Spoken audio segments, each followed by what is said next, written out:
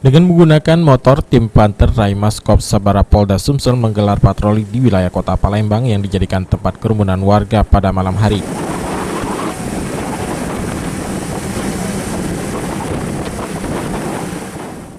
Dalam razia ini, warga yang kedapatan berkerumun dilakukan pemeriksaan oleh petugas dan diberikan himbauan untuk menggunakan masker. Warga juga disuruh pulang ke rumah masing-masing untuk menghindari virus COVID-19.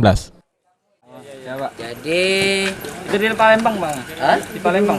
Iya, Lampu. ini sesumsel ini. Oh. Sesumsel 156, tapi kan namanya kan semua di sini Galo, semua dirujuk ke sini Galo. Jadi saya minta tidak ada ngumpul malam-malam. Ya, ngumpul kita aja jaga jarak. Apalagi ngumpul-ngumpul kan tidak boleh. Ya, saya minta habis ini saya dengan hormat ya langsung kembali ke rumah masing-masing. Siap. Ngapain nih juga udah dingin-dingin. Menurut Danki tim Panter Raimas Kops Sabara Polda Sumsel, Ibtu Henry Antonius menegaskan, dengan adanya tim Panter ini diharapkan bisa mencegah tindak kejahatan jalanan yang cukup meresahkan warga. Kalau menurut tugas polisi pada umumnya, Satuan Samapta ini preemptif, jadi pencegahan.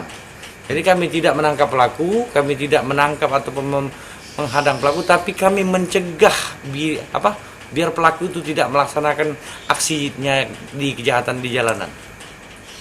Mungkin ada himbauan mungkin untuk Saya sampaikan kepada masyarakat Kota Palembang untuk tidak melakukan hal-hal yang melanggar Harkam Tipmas. Karena tim Panter tetap akan datang, akan menyisir daerah-daerah rawan. Demikian. Ini akan rutin dan kita lakukan.